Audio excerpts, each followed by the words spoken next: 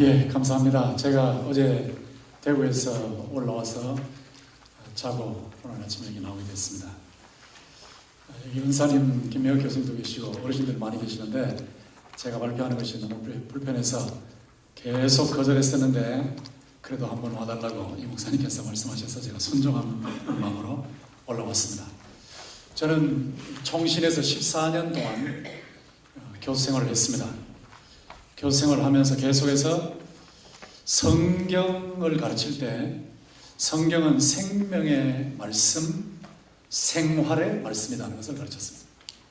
성경을 제대로 깨닫고 제대로 배우고 제대로 실천하면 반드시 생명의 변화가 나타나고 그리고 생활의 변화가 나타난다.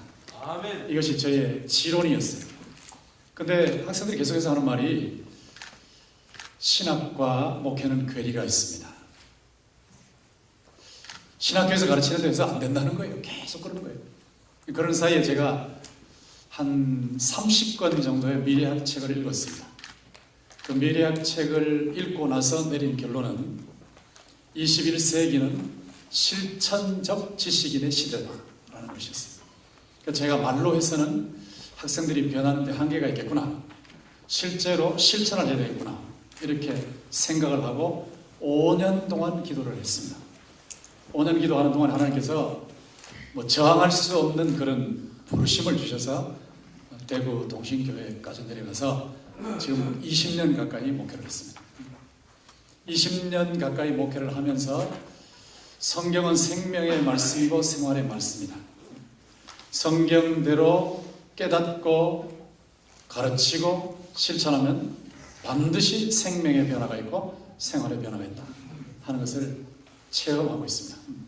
저는 왜 하나님께서 교수 생활을 그만두고 목회하도록 만드셨는가에 대해서 질문을 많이 던졌어요.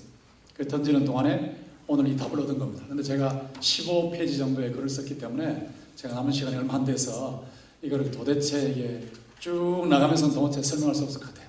그래서 제가 그냥 제 머릿속에서 요약해서 말씀을 드리겠습니다. 여러분 나중에 한번 읽어보시면 되리라고 생각하는데요. 여러분이나 저나 아까 이 교수님이 말씀하신 것 똑같이 공감하시리라고 생각해요. 한국교회 이래서는 안 된다는 것이죠. 저는 신학 교수로 있으면서도 이래서는 안 된다는 생각을 정말 많이 했고 한국교회 정체와 세태에 대해서 신학자로서 한 100페이지 정도 논문을 쓰기도 했고 발표하기도 했습니다. 그러나 이제 막상 목회 현장에 갔을 때 목회 현장에서 한국 교회를 변화시키려면 제가 변해야 되고 교인들을 변화시켜야 되기 때문에 이걸 어떻게 할 것이냐 하는 것은 아주 심각한 도전이었어요. 제가 볼 때 지금 한국 교회는 여러분도 비슷하게 보시라고 생각하는데 빛과 어둠 양면이 있습니다. 빛이라고 하는 것은 도무지 상상할 수 없는 한류가 일어나고 있다는 거예요. 이 한류를 하나님의 역사 핸들 관점에서 보신다면 이건 우연히 일어나는 것이 아니라고 저는 봅니다. 하나님께서 이런 한류를 일으키시는 것은 한국 교회가 남과 북이 자유민주주의 복음으로 통일되어서 전 세계에 복음의 한류를 퍼뜨리게 하려고 하는 하나님의 섭리가 있는 줄 믿습니다. 저는 복음의 한류에 포인트를 맞추고 있어요. 전 세계 돌아다니면서 한국교회 타락했다는 말 많이 듣고 또 생각하고 있지만 그럼에도 불구하고 세계를 돌아다녀 보면 그래도 한국교회 교인들처럼 순수하고 헌신적이고 열정적인 교인들은 찾아볼 수 없습니다. 이 한국교회가 선조대부터 깨달은 그 복음, 이 복음을 전 세계에 복음의 한류로 퍼뜨려야 되겠다. 이런 면에서 빛이 보여요. 어둠이라는 것은 무엇이냐면 여러분 다 느끼시지만 울산대 이정훈 교수 종자연의 브레인으로 역할을 하다가 지금은 기독교로 개종해서 피를 통하듯이 전국에서 강연하고 있는 이정훈 교수. 그분의 강연을 들어보셨죠? 근데 그분의 초점이 무엇입니까? 동성애 동성은 합법화. 이게 그냥 우연히 일어나는 게 아니라는 겁니다. 이 전체의 흐름 속에서 봐야 된다는데 이 동성애 동성은 합법화가 다음 단계가 전도금지입니다. 동성애 동성혼에서 제일 중시하는 것은 목회자 입을 틀어막는 거예요. 교인들의 입을 틀어막는 거예요. 이게 그러니까 동성애 동성혼합법화가 되면서 전도금지, 복음을 못 전하게 한단 말이에요. 전도금지. 전도금지 다음 단계는 성서금서입니다. 성경금서. 그 다음 단계가 기독교 방면입니다. 저는 목회하면서 계속해서 울면서 기도하고 교인들과 함께 기도하고 있어요. 이렇게 가서는 안 된다. 이게 어두운 점이거든요. 이게 뭐 교회에 여러 가지 문제가 있으니까 그건 다 포함해서 이 어두운 점인데 여기까지 가면 정말 큰일이다. 그래서 이 빛과 어두운 양면을 보면서 저는 이사야 60장 마지막 절을 떠올리는 거예요. 이사야 60장 마지막 절에 보면 그 작은 자로 천을 이루고 약한 자로 강국을 이룰 것이라고 하시면서 여호와께서 이루신다는 말씀입니다. 때가 되면 여호와께서. 그러니까 때가 되면 죄송합니다. 여호와께서 이것을 이루실 때 누구를 통해서 어떻게 이루시느냐는 거죠. 작은 자가 천을 이루고 약한 자가 강국을 이루는데 하나님이 하시는데 누구를 통해서 하시나? 그건 제가 아무리 생각해도 초심적 야성을 가진 사람. 이 초심이라는 게 저 사람이에요. 이 초심이 있으면 반드시 야성이 나타납니다. 이 야성은 야당성도 아니고 야수성도 아니고 야역성도 아니고 예수와 접속되어 있는 사람, 예수 그리스도와 접속되어 있는 사람, 그 첫사랑을 가지고 있는 사람이 사람의 예수 생명이 약동하고 분출하는 현상이에요. 그 야성입니다. 저의 결론은 예수 생명의 수액이 약동하고 분출하면 된다 이겁니다. 아까 요한계시록 2장 말씀 나왔습니다만은 요한계시록 2장을 놓고 에베소 교회를 볼 때에 제가 요한계시록 강해서도 썼지만은 이 첫사랑이 뭔가 도대체 예수님께서 말씀하신 첫사랑이 뭐고 첫사랑을 해보려면 어떻게 되느냐 이런 질문을 던져놓고 제가 얻은 답이 뭐냐 하면 예수님께서 첫사랑을 잃었다고 말씀하신 후에 대책을 말씀하실 때 처음 행위를 행하라는 말씀이 나와요. 그 처음 행위를 행하라고 할 때 처음 행위가 처음 행위들이라고 해요. 처음 행위들. 그러니까 첫사랑을 상실했다는 말은 무슨 말이냐면 처음 행위들을 상실했다는 거예요. 에베소 교회의 처음 행위들, 그것이 사도행전 19장과 20장에 나옵니다. 사도행전 19장과 20장에 나오는 그 처음 행위들을 제가 놓고 봤을 때 뭐 여러 가지 지금 다 설명할 수는 없고 하나만 제가 예를 든다면 바울 사도가 에베소 두란노 서원에서 2년여 말씀을 전도할 때 웨스턴 텍스트를 보면 그러니까 서구 본문들 사본들을 보면 11시부터 우리로 말하면 11시부터 16시까지 지금 11시부터 16시까지 11시부터 16시까지면 하루에 5시간입니다. 5시간. 하루에 5시간에 점심시간 1시간 빼면 4시간이에요. 4시간씩 복음을 전했어요. 한번 상상을 해보십시오. 4시간씩. 하루에 4시간씩. 요즘은 30분만 지나면 벌써 시계를 보는 시대라고 하시죠. 그러니까 하루에 4시간씩 12,000년 이상을 전했다. 그걸 제가 시간으로 계산하니까 대충 계산해도 2,400시간. 2,400시간이면요. 2,400시간 성령의 능력으로 강해를 한 셈인데 2,400시간이면 얼마나 되는 시간이냐. 여러분이 한번 생각해 보세요. 주일날 30분 설교한다고요. 군소리 안 하고 30분 성경을 제대로 강의한다고 해도 30분 강의를 했을 때 1년 50주로 대충 잡으면 25시간 아닙니까? 25시간. 24시간, 25시간. 근데 바울 사도가 하루에 4시간씩 2년. 그러니까 2년 같으면 1년에 300일을 잡아도 600일이란 말이에요. 464, 2,400시간. 2,400시간 일주일에 30분 하는 거하고 하루에 4시간씩 2년 반복하는 거 생각해 보세요. 제가 계산을 해보니까 바울이 2년 동안에 가르친 성경 내용이 강해설교 내용이 보통 한국 교회에서 요즘 식으로 가르치는 식으로 하면 100년 가르친 겁니다. 100년. 저는 여기에서 엄청난 충격을 받았습니다. 지금 여러분 장신의 교수 중에 김철홍 교수님이라고 있어요. 그 김철홍 교수님이 옛날에 그 운동권에 있다가 지금은 바울신학으로 개종을 하고 강의하는 사람으로 바뀌었죠. 근데 그 김철홍 교수의 강의를 들어보면 그 운동권 학생들이 공부를 얼마나 하느냐, 이념 교육을 얼마나 받냐 하면요, 하루에 9시부터 밤 9시까지, 오전 9시입니다. 이거요, 그 점심시간 빼고 낮잠 시간 빼도 몇 시간입니까?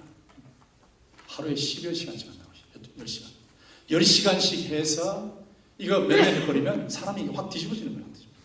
제가 목회하면서 깜짝 놀란 사실이 뭐냐면, 신천지에 우리 교회에서, 저희 교회에서 한 3명 정도 넘어갔어요.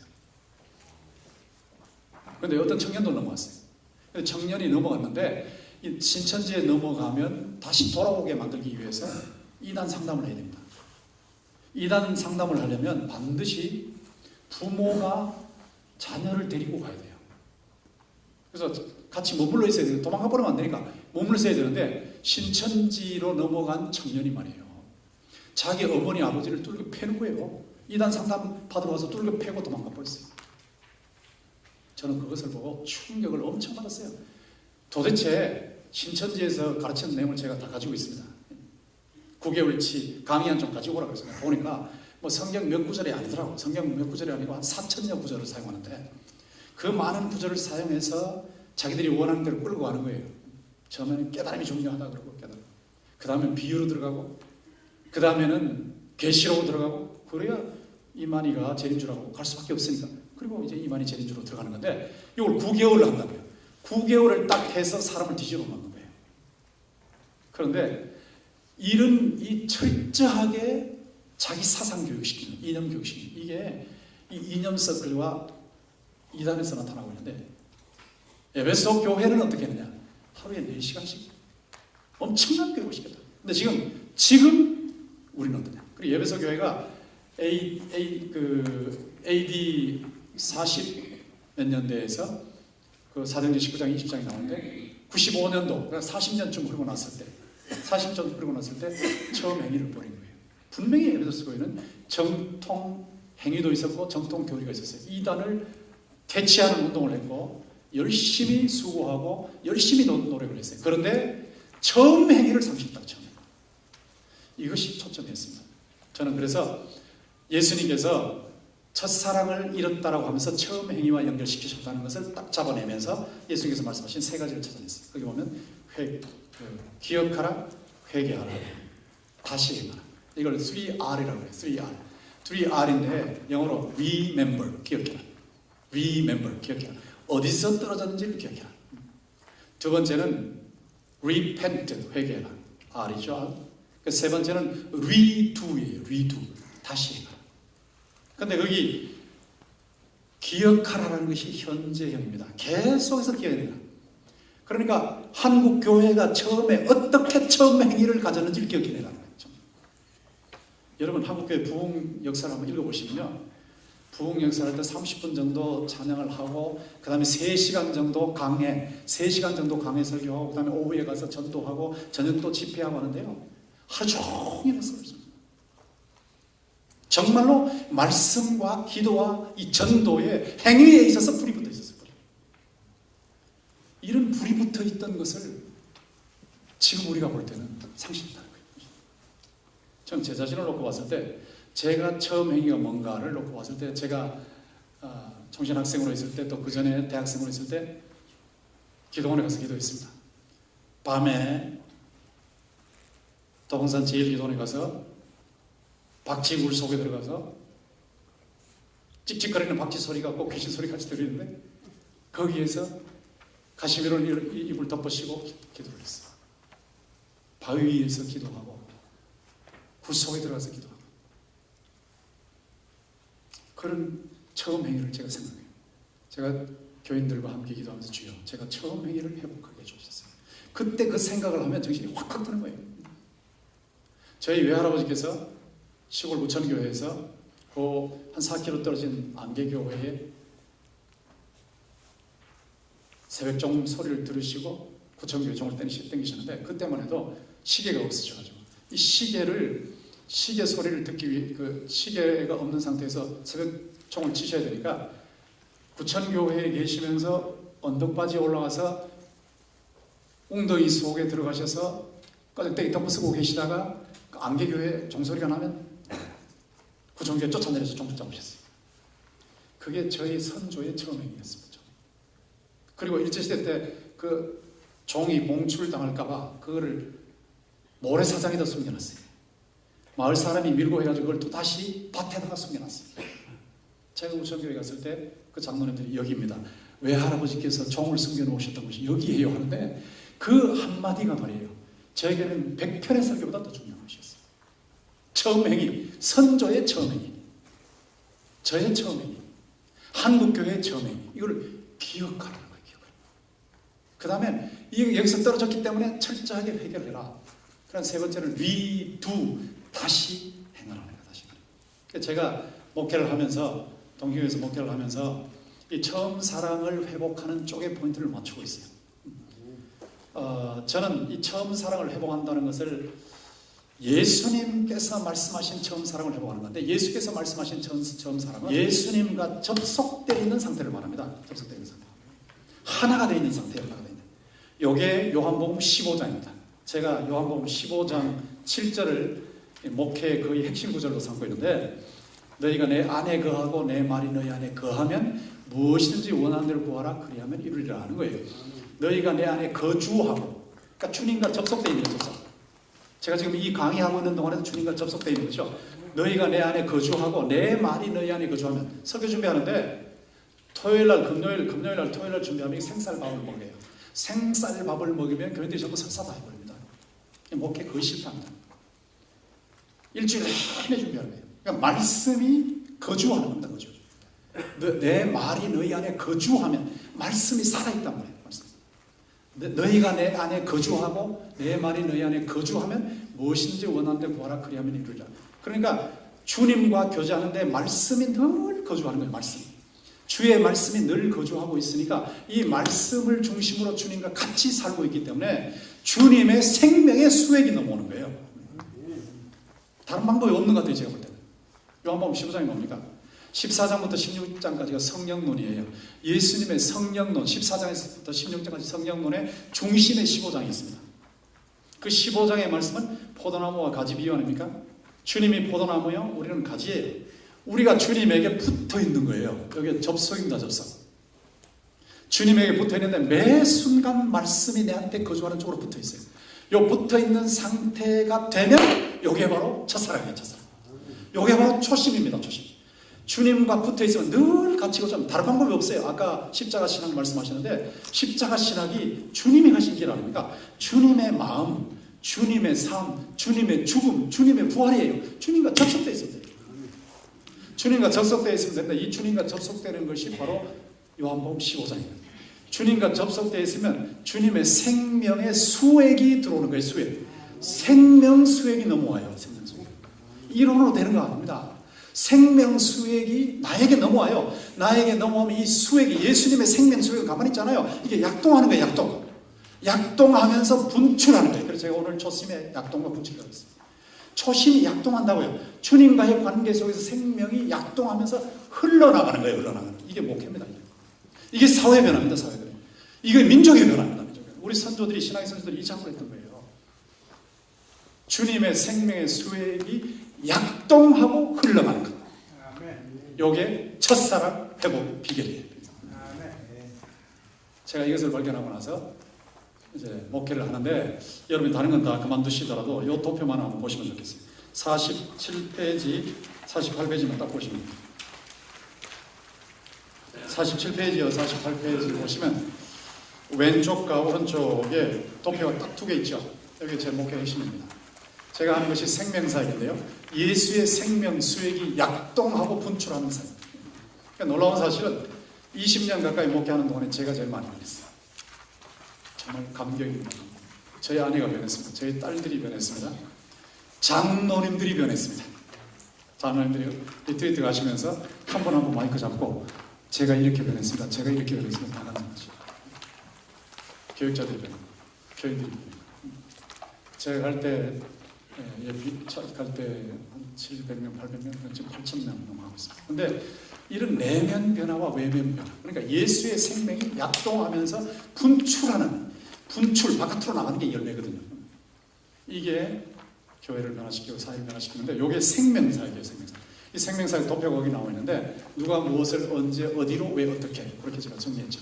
누가 하느냐 할 때는 목회자와 평신도가 한다. 목회자와 평신도. 저희 교회는 지금 목회자가 한 45명쯤 되고 평신도 생명사역자가 한 2,000명쯤 됩니다. 그러니까 2,000명이 목회하는 교회입니다. 2,000명이 다른 교인들을 섬기는 교회예요. 2,000명이 목회하는 교회하고 45명이 목회하는 교회 비교가 되겠습니까? 그러니까 평신도를 훈련시켜서 이들이 복음으로 사람을 살리고 키우고 고치는 생명사역을 목회자와 함께 하는 거예요. 이게 이제 생명사역이고요. 누가 무엇을이라고 할 때는 복음으로 사람을 살리고 키우고 고치는 생명사역이에요. 이게 무엇입니다. 누가 무엇을 언제 성공했다고 할 수 있냐. 예, 건물로 성공했다고 보지 않습니다. 숫자로 성공했다고 보지 않습니다. 예수의 생명이 약동하고 흘러갈 때, 예수의 생명이 약동하고 흘러갈 때 이게 성공했다고 보십니다. 어디로? 라고 하는 것은 목표입니다. 어디로? 이 생명사역의 목표. 7년 후는 어디가 있냐? 7년 후 어디가 있냐고. 근데요, 저희는 이제 처음 7년, 중간 7년, 지금 마지막 7년째 하고 있습니다. 근데 중간 7년째는 3.7 비전을 해서 건물 짓는 것이었어요. 건물 짓는 거, 크지는 않지만 300억짜리 건물 짓는 것이었는데, 이 건물 짓는 거 거의 불가능했는데, 하나님께서 이루시더라고요. 그래서 피단포도 없이 다 이룰 수 있게 됐는데, 구체적인 목표, 어디로, 누가 무엇을 언제 어디로, 왜라고, 왜는 하나님의 영광을 위해서. 천국 확장됐어요. 어떻게, 여기 어떻게가 여기 보시면 돼요. 어떻게가 뭐냐면, 어떻게는 제자훈련. 저는 옥하는 목사님을 만나지 못했으면 제 목회는 엉망이었을 거라고 생각해요. 옥 목사님의 제자 훈련에 플러스 알파를 했기 때문에 오늘의 동시교회가 있었고 제가 있었던 것입니다. 참 감사한데요. 이 제자 훈련은 한 사람 한 사람을 훈련시켜서 말씀대로 살게 하는 거예요. 생명의 변화, 생활의 변화를 일으키는 말씀을 체험하고, 그래서 예수의 생명이 약동하고 예수의 생명이 흘러가도록 만드는 작업을 확인하는 거예요. 여기 제자 훈련인데, 제가 이 옥 목사님의 제자 훈련의 플러스 알파가 뭐냐는 걸 고민했는데, 그것이 생각의 틀 48쪽이에요. 이게 제가 이제 확인한 것이었는데, 왜 교수로서 목회하러 가야 했는가라고 하니까, 목사님들의 눈에 안 들어오는 게 교수의 눈에 들어오는 거예요. 그게 뭔고 하니까, 아까 말씀드린 대로 신천지 가면 9개월 만에 사람 돌변해버려요. 이단에 가면 9개월 만에. 이념석 그래 가면 2달 만에 혈서를 써버려요. 근데 이 정통교회에 남아있으면 죄송해요. 어떤 목사님이 50년 전에, 죄송해요. 그분의 말이에요. 그놈이 지금의 그놈이다. 하나도 안 바뀌었더라. 이단은 9개월 만에 사람을 바꾸고, 이념은 2달 만에 사람을 바꾸는데, 나쁜 의미로 어째서 교회는 50년을 지나도 사람을 못 바꾸는가. 그걸 제가 보니까 이게 바로 생각의 틀이더라고요. 생각. 신학교에서 말하는 전제가 이것이구나. 이 사람이 생각의 틀이 안 바뀌어버리면 들을 때뿐이요, 나가면 계속 자기 생각의 틀대로 행동해버려요. 예수 아무리 믿어도 나가면 세상에 사는 대로 그대로 살아버려요. 그래서 이 생각의 틀 바꾸기 작업, 여기서 잠언 4장 23절입니다. 모든 지킬 만한 것 중에 내 마음을 지켜라. 생명의 근원이 이에서 납니다. 그 마음에 있는 생각의 틀, 이걸 신학에서는 전제라고 하고, 쉽게 말하면 신념이에요. 통념이에요. 그런데 이 전제를 무엇으로 바꾸냐 하니까 성경적 개혁주의 신학의 체계로 바꿉니다. 성경적 개혁주의 신학이라는 것을 교인들한테 가르치면 돼요. 저희 교회는 어디까지 갔냐면 성경론부터 시작해서 종말론까지 조직신학 7권을 다 가르쳐요. 어떻게 가르치냐? 그냥 사상으로만 가르치면 교인들이 교만해집니다. 정말 못쓸 교인으로 만들어버려요. 근데 성경을 따라가는 조직신학, 그러니까 성경 구절을 막 베끼는 거예요. 전부 하루에 1시간씩 계속 베껴야 돼요. 베끼면서 조직신학을 익혀나가는데요, 이것을 계속 하는데, 이걸 하는 동안에 사람들이 변하는 거예요. 이 생각의 틀이 바뀝니다. 그래서 지금 같은 놀라운 변화가 일어나고 있어요. 그래서 저는 지금도 한국교회 빛과 어둠 양면을 직면하고 있지만, 예수의 생명이 약동하고 예수의 생명이 흘러가면 하나님께서 한국 교회를 통해서 전 세계를 복음하실 줄 믿습니다. 그게 핵심이에요. 그러니까 예수의 생명이 약동하고 흘러가려면 초심 야성, 야성적 초심 회복되고 이것이 분출되어야 된다 하는 것인데 강의 들어주셔서 감사합니다.